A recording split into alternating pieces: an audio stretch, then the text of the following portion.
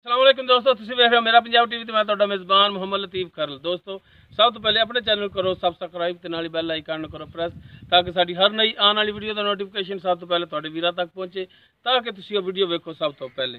दोस्तों रोज़ाना निस्बत अज भी तुहाडा वीर तुहाडे वास्ते माशाअल्लाह एक खूबसूरत गाय की वीडियो लैके हाज़र होया है। माशाअल्लाह गाय तो ज़्यादा उसका जिहड़ा बच्चा है वह ज़्यादा खूबसूरत है, बिल्कुल सफ़ेद रंग है, सिर्फ कन्ना ते निशान है ने काले, बाकी सारा माशाल्लाह बिल्कुल सफ़ेद है। साड़ी लोकेशन तहसील आरीवाला, ज़िला पाकपतन शरीफ। आरीवाला तो तकरीबन 3 तो 4 किलोमीटर के फासले ते असीं खड़े मेन रोड के उपर ही। हुण सब तो पहले तुहानूं दिखाने जी गाय, उस तो बाद फिर करांगे गल्लां मालक नाल।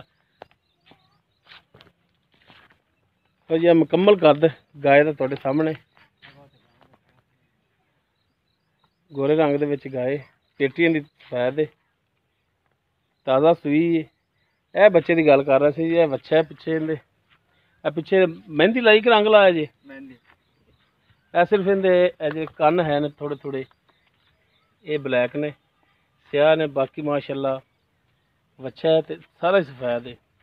अखां भी इहदियां बिल्लियां ने, चेक कर सकते हो। बाकी माशाअल्लाह गाय भी सोहनी है। यह थाने किनू की है? पाल। और डरदी क्यों है कर्म वाली है? माड़ा जिहा थल्ली यार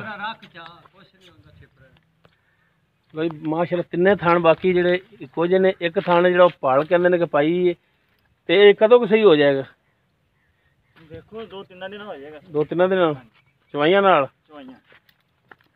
यार, गां नहीं तेरे तो ठल्ली जाती यार। माड़ा थन सार थल्ली नाल दिखा लैन दे सानू।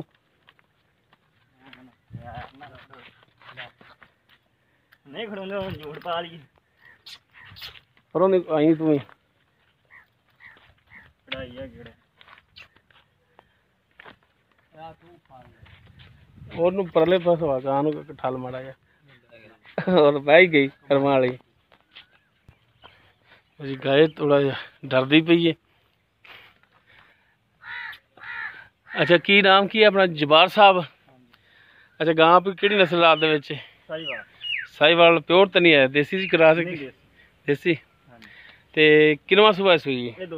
दूसरा सूआ। ते किन्ने दिन हो गए सूई नूं? अज तीसरा दिन है। हुण किन्नी की चवाई दे विच दुध कर रही है? सुबह चोई किन्ना कू? इहदे थल्ले 4 किलो एक टाइम। 4 किलो एक टाइम दा बोले विच ही? हाली बोले विच। सही हो गया। ते हुण इहदे डिमांड की कर दो मुनासिब जी, जिहड़ी प्यार मुहब्बत वाली डिमांड है? 1,40,000। 1,40,000। बाकी 1,40,000 दे विच कमी पेशी भरावां नाल करोगे? करांगे इंशाअल्लाह। नंबर तेरा कोल हुंदा है? मोबाइल चलदा है? हां जी। ते मूँह करके नंबर तो दे फिर। 0305 हाँ जी 73 62 757। 0305 73 आ जा 757। दोबारा दसी यार। 0305 73 757। ठीक हो गया जी दोस्तों, ए भाई जबार उन्होंने नंबर है, डायरैक्ट तुसीं इन्हां नाल राबता कर सकते हो। दोस्तों उम्मीद करांगे तुहानूं साडी अज दी वीडियो पसंद आएगी। अगर साडी वीडियो पसंद आए इन्हूं लाइक करना, शेयर करना और अपने कॉमेंट्स का इजहार करना। साडा WhatsApp नंबर 0321 57 29 251। इस दे नाल ही अपने मेज़बान मुहम्मद लतीफ़ खरल नूं दिओ इजाज़त। इंशाअल्लाह मिलांगे अगली वीडियो विच। अल्लाह हाफ़िज़।